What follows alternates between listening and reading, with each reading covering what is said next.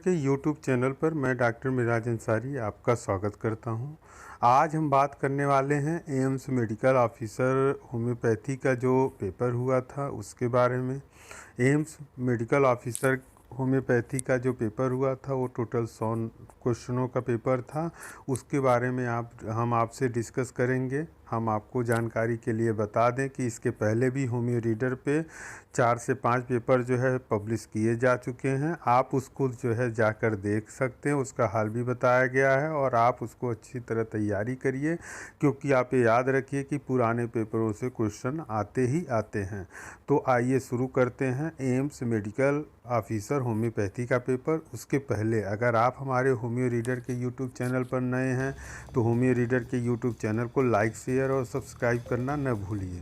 तो homeopathy medical officer का जो एम्स का पेपर है उसका पहला क्वेश्चन है आपका, direct Coombs test is positive in.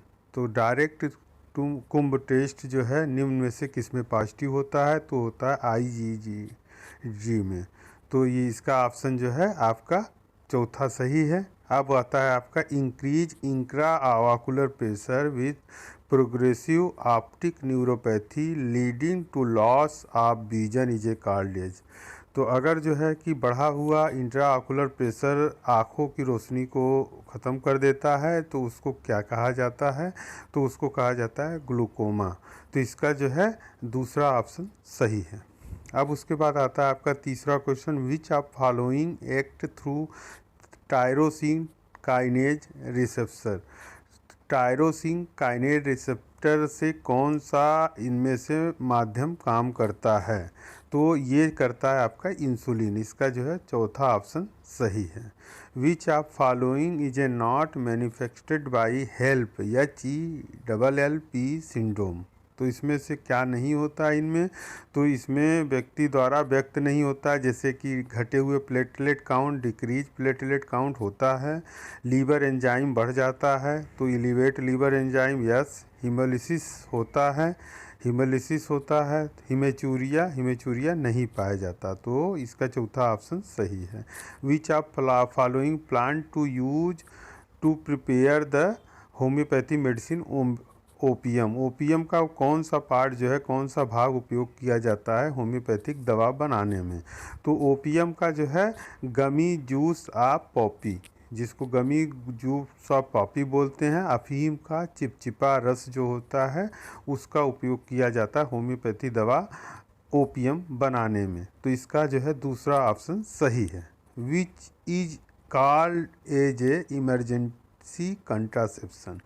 तो आपातकालीन गर्भ निरोधक क्या होता है कि जब जो है कि इंटरकॉर्स हो जाए उसके बाद अगर आपको प्रेगनेंसी को रोकना है तो उसके लिए जो है इमरजेंसी कंट्रासेप्शन का यूज होता है, यानी कि पोस्ट क्वाइटल कंट्रासेप्शन। 6 का चौथा ऑप्शन सही है। सहवास के बाद जो है वाले गर्भ निरोधक जो है, इसका ऑप्शन 6 का 4 सही है। Which investigation is highly specific for the rheumatoid arthritis often before the clinical onset of the disease. Clinical onset of the disease होने के पहले वो कौन सा ऐसा जांच है जो ये बता सकता है कि आपको रिमेटॉइड अर्थराइटिस हो रहा है?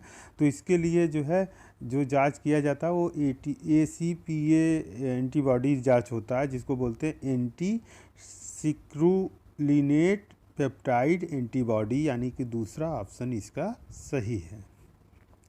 Which dermatology condition is characterised by the multiple erythematous annular targetoid bull's eye lesion which में ब्लिस्टर फॉर्म में लेसन आते हैं और ये जनरली आता है आपका इरिथेमा मल्टीफॉर्मे में। इसका तीसरा ऑप्शन सही है।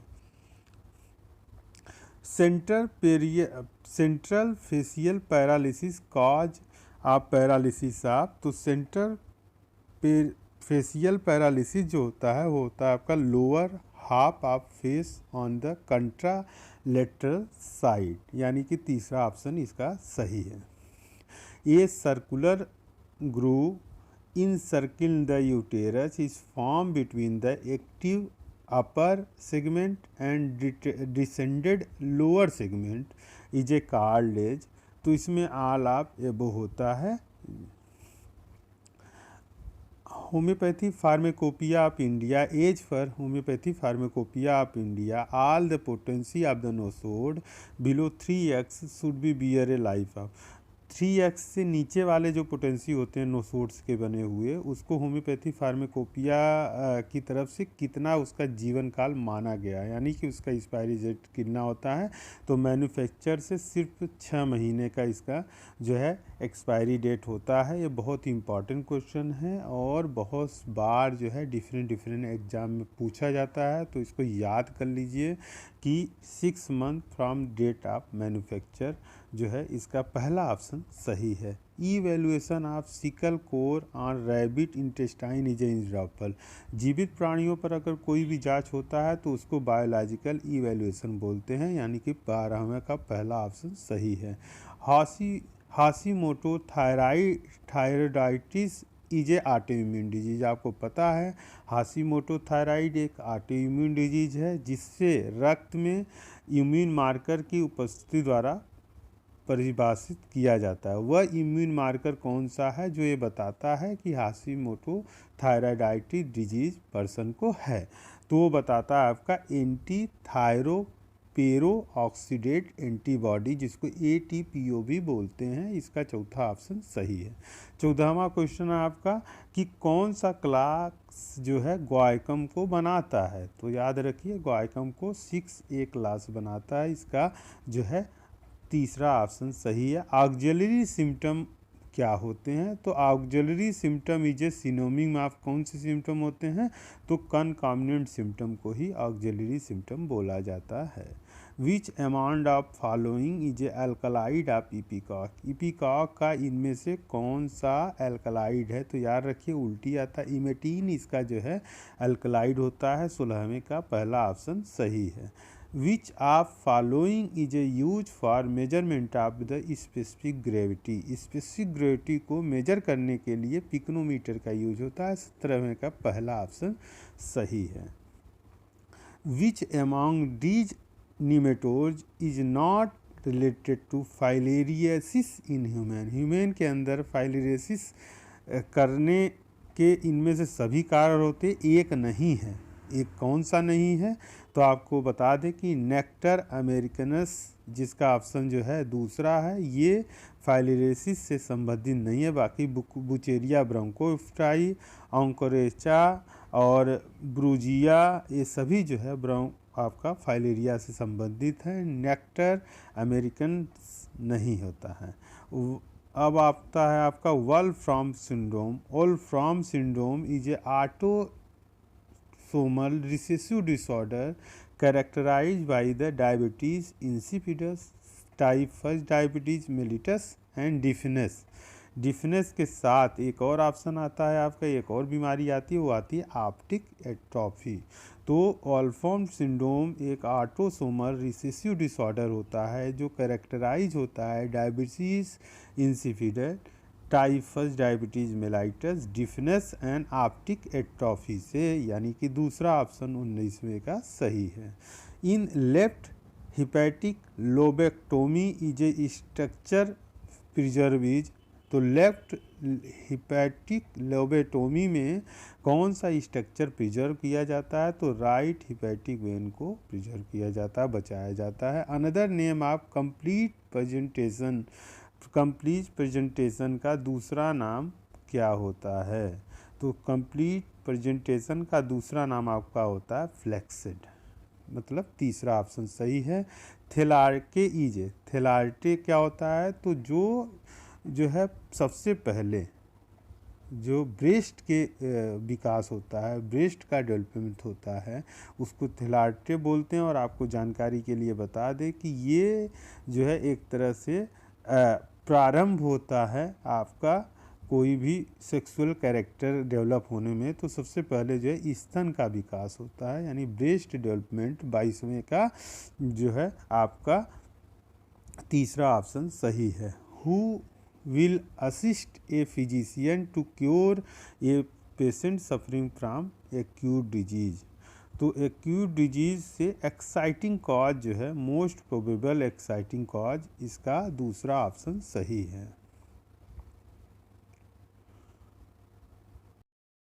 4 क्वेश्चन है हमारा। A infant of 6 month presented with the diarrhoea during dentition, which chapter will refer for the appropriate rubric in Boenninghausen Boger Boenninghausen characteristic repertory, यानी BBCR में कौन सा आपको चैप्टर देखना है। तो वो आपका ऑप्शन आता है पहला, 24वें का पहला आंसर सही है, sensation and complain in general. 25वां क्वेश्चन है आपका कि women with late menopause are said to have tendency toward which one in the later stage of the life.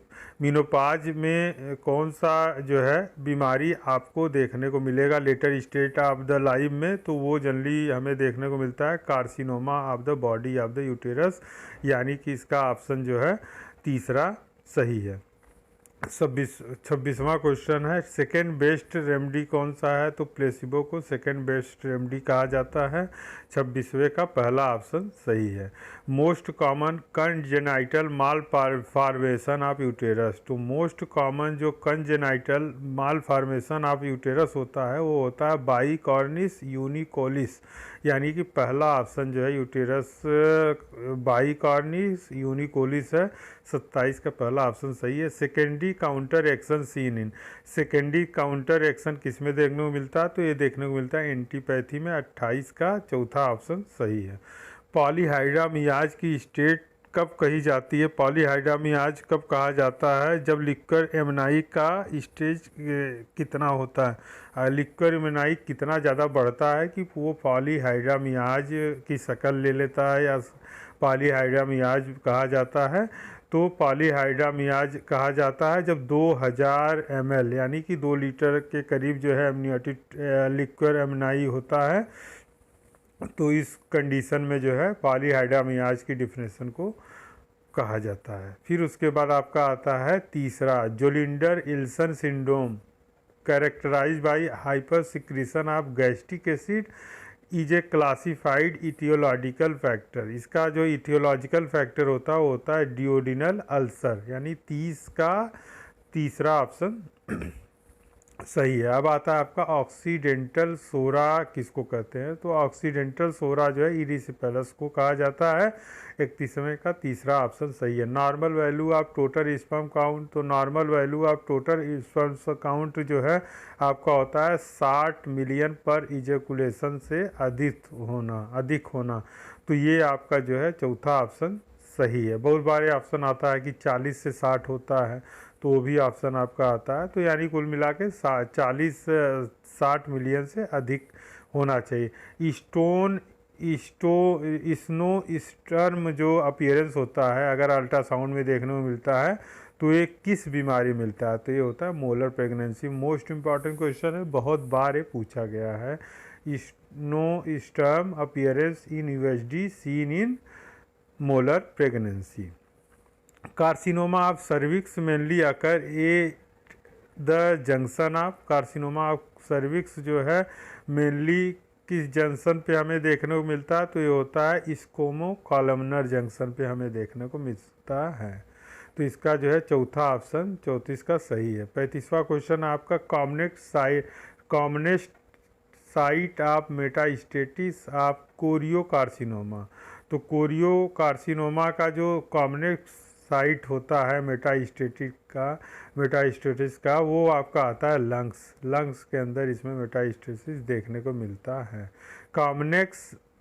Commonest malignant epithelial cell tumour of ovary कौन सा होता है, तो commonest जो malignant epithelial cell of tumour of ovary होता है वो होता है सीरस सिस्टाडेनो कार्सिनोमा, तो इसका जो ऑप्शन है चौथा वो सही है। Histological feature of characteristic signet ring appearance किसमें होता है, तो सिग्नेट रिंग अपीयरेंस जो है आपको देखने को मिलता है क्रूकेनबर्ग ट्यूमर के अंदर, तो इसका पहला ऑप्शन सही है।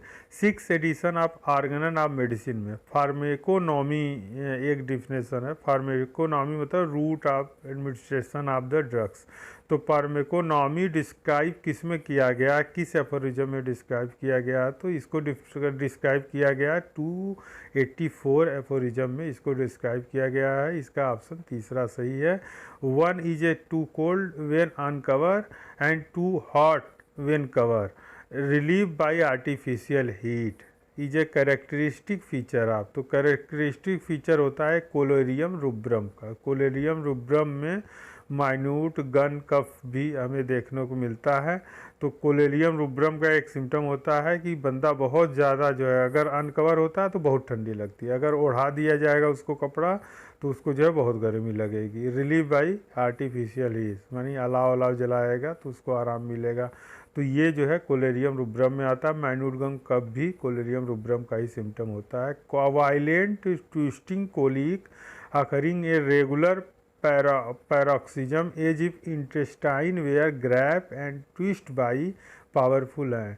इतना ज़्यादा पेट में दर्द होता है जैसे लगता है कि इंटेस्टाइन जो आंत है उसको मजबूत हाथों से पकड़ के ऐंठ दिया जाता हो। तो ये आपको डायस्कोरिया वाइलोजा के अंदर मिलता है। डायस्कोरिया वाइलोजा में एक और सिम्टम होता है कि बैकवर्ड जाने में उसको पेट दर्द में आराम मिलता है। तो डायस्कोरिया वाइलोजा का ही सिम्टम ये भी होता है। 40वें का जो है आपका ऑप्शन दूसरा सही है। टंग वाइट और yellow with A red stick down in the middle, तो ये विरेटम इरिडाई का सिम्टम होता है। पहला ऑप्शन इसका सही है।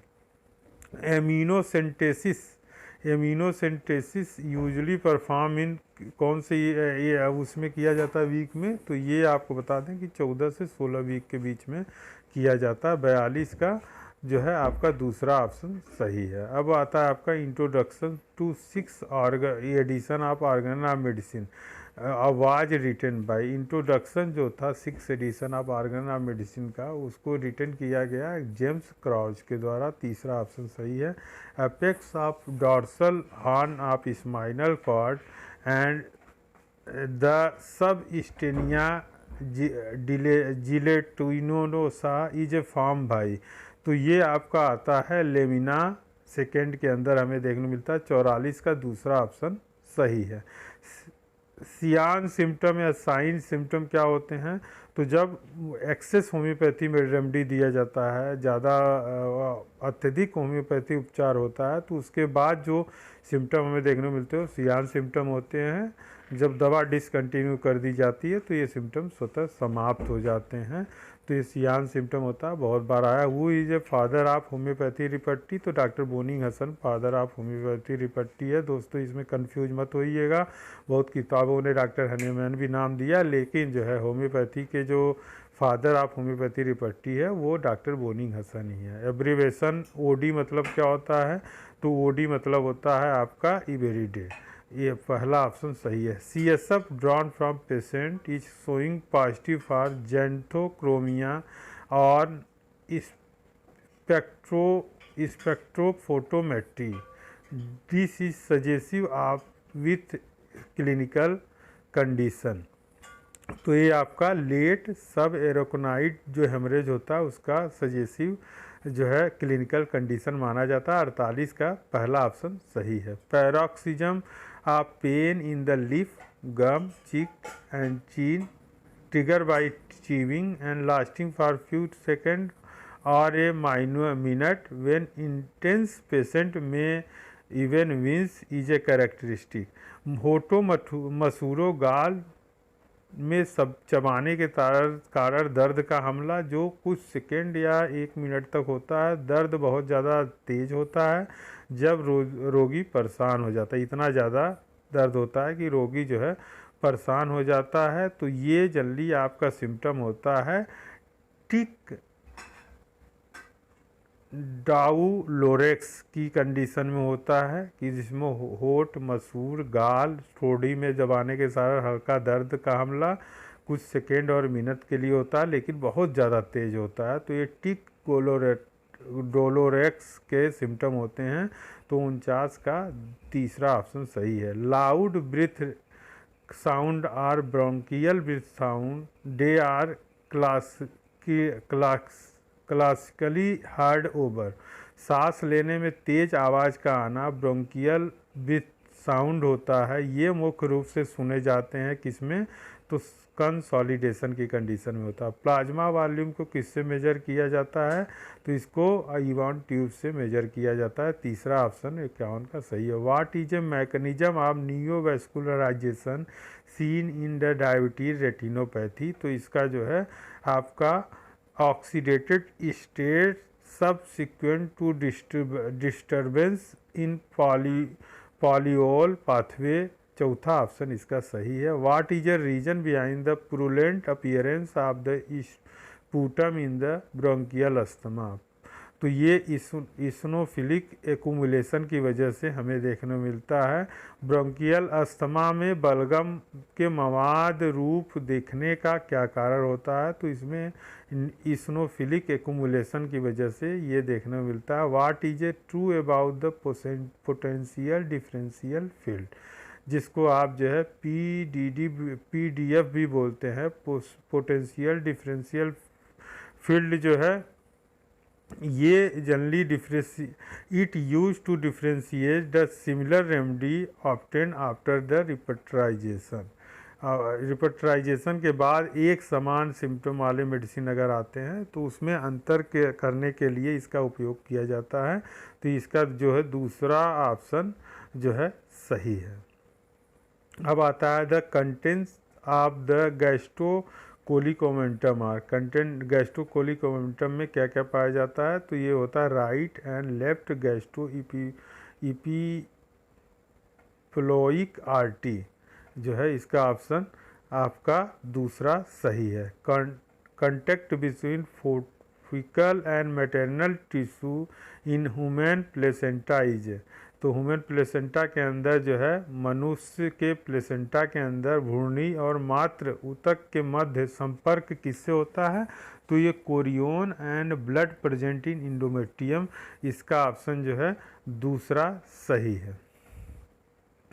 अब आता है rapid correction of hyponatraemia that develop slowly over week to month में लीड टू, तो हाइपोनेट्रीमिया में जो है कि क्या रीजन लीड करता है, तो ये जो है आपका तीसरा ऑप्शन आपका जो है पहला ऑप्शन सेंट्रल पोंटाइन माइलिनोलाइसिस जो कंडीशन है पहला ऑप्शन वो सही है। Identify the triad of the condylomata, तो इसमें आपका कंडाइलोमेटा के ट्रायोज कौन कौन से होते हैं, तो thuja, nitric acid and staphysagria होता है, इसका ऑप्शन जो है दूसरा सही है। Identify the drugs prepare from the sea onion, sea onion से जो ड्रग बनाया जाता होता है सिकुला, तीसरा ऑप्शन इसका सही है। Cardiogenic plate arise from, cardiogenic plate arise होता है आपका स्प्लिनोप्यूलरिक मेसोडर्म से, यानी कि इसका जो है पहला ऑप्शन सही है। बंकर्ट लेसन कहाँ पे पाया जाता है, तो बंकर्ट लेसन पाया जाता है आपके शोल्डर डिस्लोकेशन के अंदर, हमें ये देखने को मिलता है। Tooth at every shrill sound penetrate the tooth is a keynote symptom of the drugs, तो ये आपका थेरेडियन का सिम्टम होता है।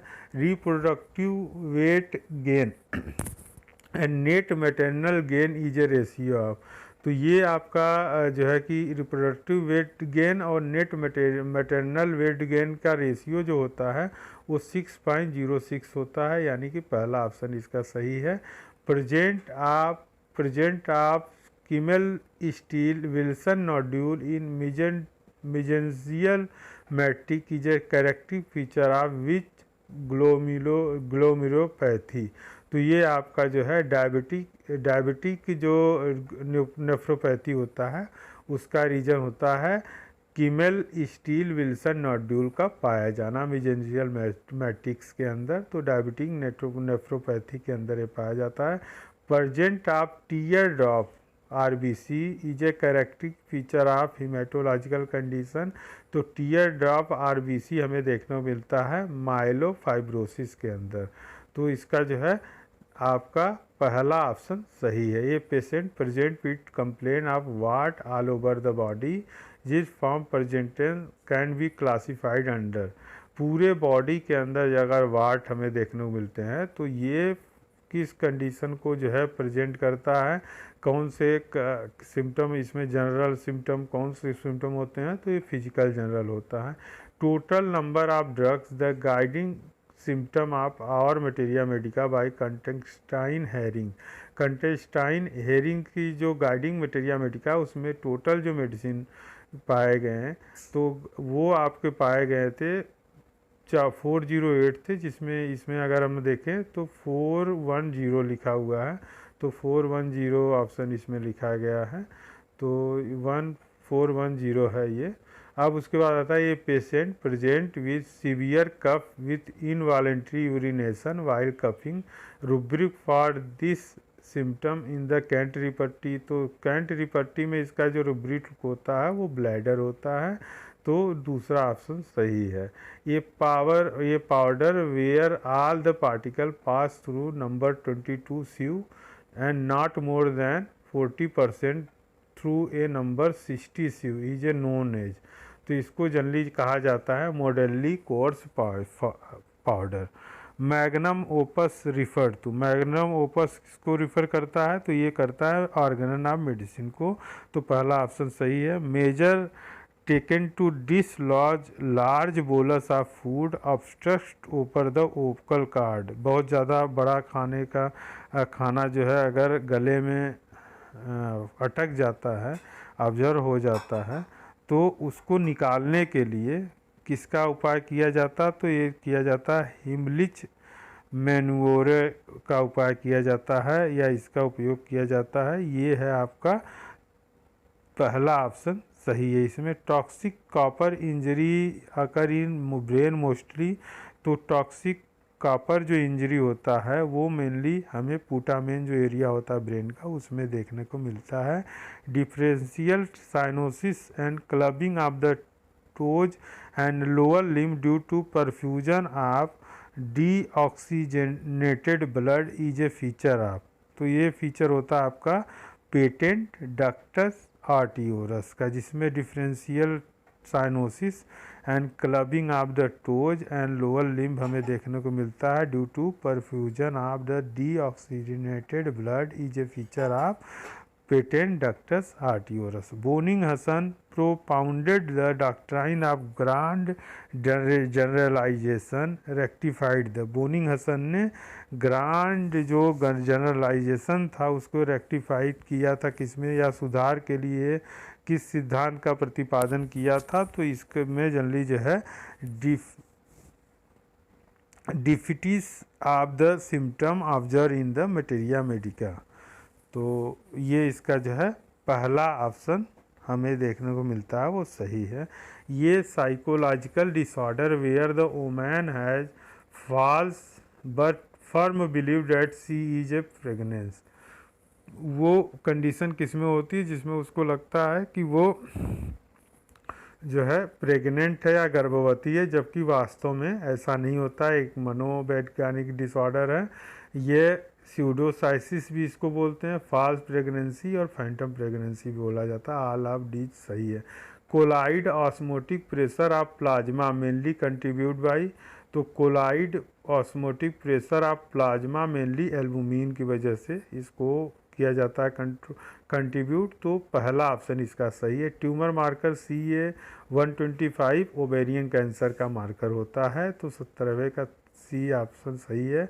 बोवाइन सीरम एल्बुमिन BSA जो होता है ये मेजर कॉन्स्टिट्यूंस होता है काऊ मिल्क का, ये एसोसिएशन होता है डेवलपमेंट ऑफ किस बीमारी के डेवलपमेंट का एसोसिएट करता है, तो ये याद रखिए डायबिटीज़ मेलाइटस फर्स्ट के बीमारी को जो है बढ़ावा देता है, या ऐसा माना जाता है कि बोवाइन सीरम एल्बुमिन की वजह से जो है डायबिटीज़ टाइप फर्स्ट जो है बीमारी हमें देखने को मिलती है, तो इसका पहला ऑप्शन सही है।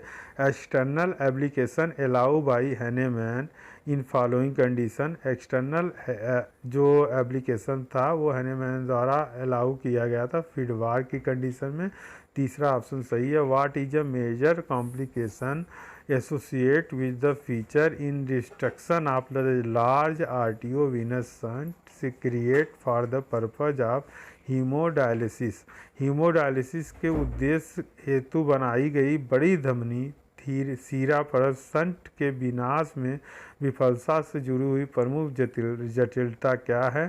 तो ये जनरली होता है जब हाई आउटपुट कार्डियक फेल्योर होता है, तो उस कंडीशन में हमें एक कॉम्प्लिकेशन देखने को मिलता है। What is A common name of the sickle core? तो सिकल कोर का जो कॉमन नाम होता है वो क्या होता है? तो इसको जो है अर्गोटीन भी बोला जाता है। अर्गोटीन एक कॉमन नेम होता है इसका। What is a following which of the following is a not use the staging evaluation of the germ cell tumour of the testis? Germ cell tumour of the testis को staging evaluation करने के लिए क्या use नहीं किया जाता है? तो जनरली जो है इसमें आपका टेस्टोस्टेरोन इसका ऑप्शन है, दूसरा ऑप्शन सही है।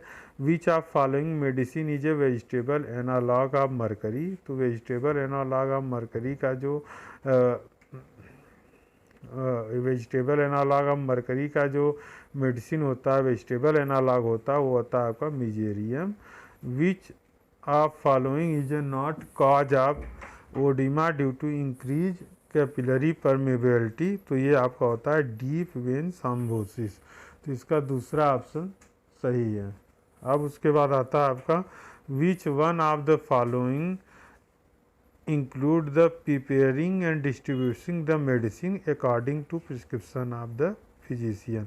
फिजिशियन के नुस्खे के अनुसार दवाई तैयार करना और वितरित करने के को क्या कहा जाता है? यानी डॉक्टर जो लिखे उसके अनुसार दवाई तैयार करना और वितरित करना पेशेंट को देने को हम एक्जम्पोरेनियस फार्मेसी बोलते हैं। दूसरा ऑप्शन इसका सही। Small to medium size vegetation on both side of the wall leaflet of the heart seen in which condition?